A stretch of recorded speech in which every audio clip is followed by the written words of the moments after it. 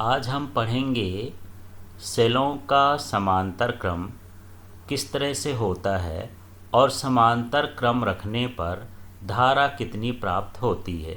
तो प्रश्न है, सेलों के समांतर क्रम संयोजन में धारा के लिए व्यंजक स्थापित करिए। और इसी प्रश्न के अनुसार हमने हेडिंग बनाई है, सेलों का समांतर क्रम संयोजन। अब सबसे पहले समझते हैं कि सेल का समांतर क्रम संयोजन क्या होता है।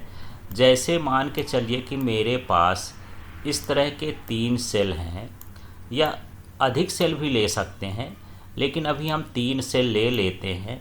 और ये जो दूसरा सेल है ये इस तरह से है, इस तरह से। इसी तरह से जो तीसरा सेल है वो भी इसी तरह से है, और जितने भी सेल होंगे सब इसी तरह से हो गए। अब इसमें हम ये देख रहे हैं कि ये टर्मिनल पॉजिटिव है, ये भी इसका पॉजिटिव है, ये भी इसका पॉजिटिव है, माने धनात्मक इलेक्ट्रोड है। यहाँ इधर पीछे का हिस्सा इनका ऋणात्मक होता है। तो यदि इनको धनात्मक को जोड़ करके इकट्ठा कर दें और यहाँ ऋणात्मक ऋणात्मक जोड़ करके इकट्ठा कर दें और फिर हम किसी परिपथ के साथ इसको जोड़ देते हैं, तो ये सेलों का कौन सा क्रम कहलाता है? समांतर क्रम कहलाता है। अब यहाँ पर इसके चित्र में देखिए, जैसे यहाँ पर ये पहला सेल हो गया, दूसरा सेल हो गया, इसी तरह के n सेल हो गए। n का मतलब तीसरा, चौथा, पांचवा, जितने सेल आप जोड़ना चाहो। सभी सेलों का विद्युत वाहक बल क्या है? E है, ये देख लीजिए।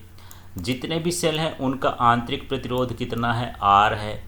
यहाँ पर जो बड़ी लाइन होगी वो धनात्मक को व्यक्त करेगी। यहाँ पर देख रहे हैं कि ये धन वाला है, ये भी धन वाला है, अगले सेल का भी धन वाला होगा। ये एक बिंदु कहाँ से जुड़ता है? ए से। इसी तरह जितने भी ये ऋण वाले हैं ये कहाँ जुड़ते हैं? दूसरे बिंदु से। तो जब सभी धनात्मक इलेक्ट्रॉनों को एक बिंदु से और ऋणात्मक इलेक्ट्रॉनों को एक बिंदु से जोड़ करके परिपथ में धारा प्रवाहित करते हैं तो इसे सेलों का समांतर क्रम संयोजन कहते हैं।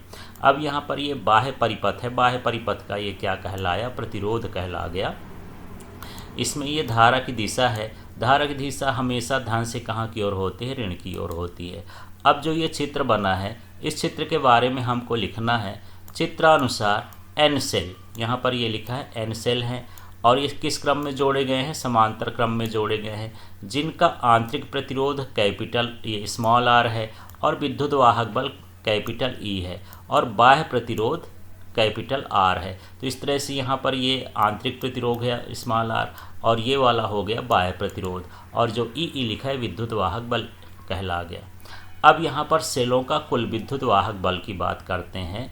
तो समांतर क्रम में यहाँ पर जो 2 ही बिंदु बने और दोनों के बीच का जो विद्युत वाहक बल होगा सभी सेलों के लिए एक ही जैसा होगा। इसका मतलब यहाँ पर हम सिर्फ क्या लिखेंगे? E लिखेंगे। इसके बाद सेलों का कुल आंतरिक प्रतिरोध, तो जब हम समांतर क्रम में जोड़ते हैं प्रतिरोधों को, तो समांतर क्रम में प्रतिरोध का जो मान होता है वो होता है R/N, अर्थात इनका जो सूत्र होता है 1/R plus 1/R plus 1/R। मान लीजिए 3 सेल हम जोड़े हैं और उनका ये आंतरिक प्रतिरोध है, तो इसका जो कुल मिला के प्रतिरोध होगा ये R' मान देता हूँ ये इस तरह से। यदि मैं इसको हल करूं तो क्या हो जाएगा? 3/R। यदि 3 सेल जुड़े हैं तो 3/R हो गया।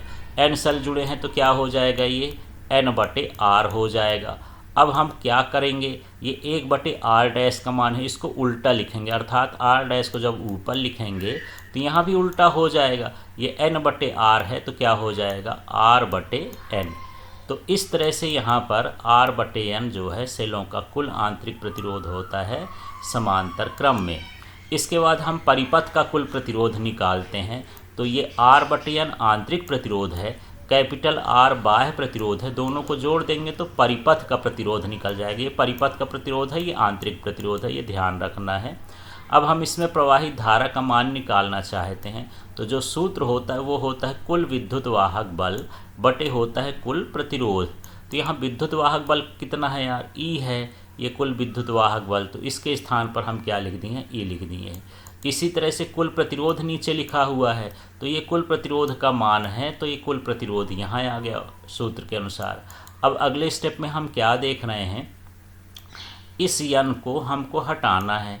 तो पहले हम इस n का इधर गुणा करेंगे तो ये हो जाएगा NR प्लस R और पूरे के बटे n हो जाएगा। फिर यही n कहाँ चला जाएगा, ऊपर। तो इस तरह से जो धारा का सूत्र है ये हो जाएगा I बराबर NE upon NR plus R। इस तरह से हम निकालते हैं तो यहाँ पर हो जाएगा कि यदि आंतरिक प्रतिरोध कम हो, जनरली सेलों का आंतरिक प्रतिरोध कम होता है, तो जब कम है तो इस मान को छोड़ देंगे, ये ख़त्म हो जाएगा क्योंकि हम इसको कम माने हैं, इसलिए नगण्य होने के कारण ये छोड़ देंगे। अब हमारे पास बचा NE बटे NR, तो यहाँ N और N कट जाएगा तो E बटे R हो जाएगा, अर्थात एक सेल में जितनी धारा प्रवाहित होगी वो सभी सेलों को मिला करके होगी।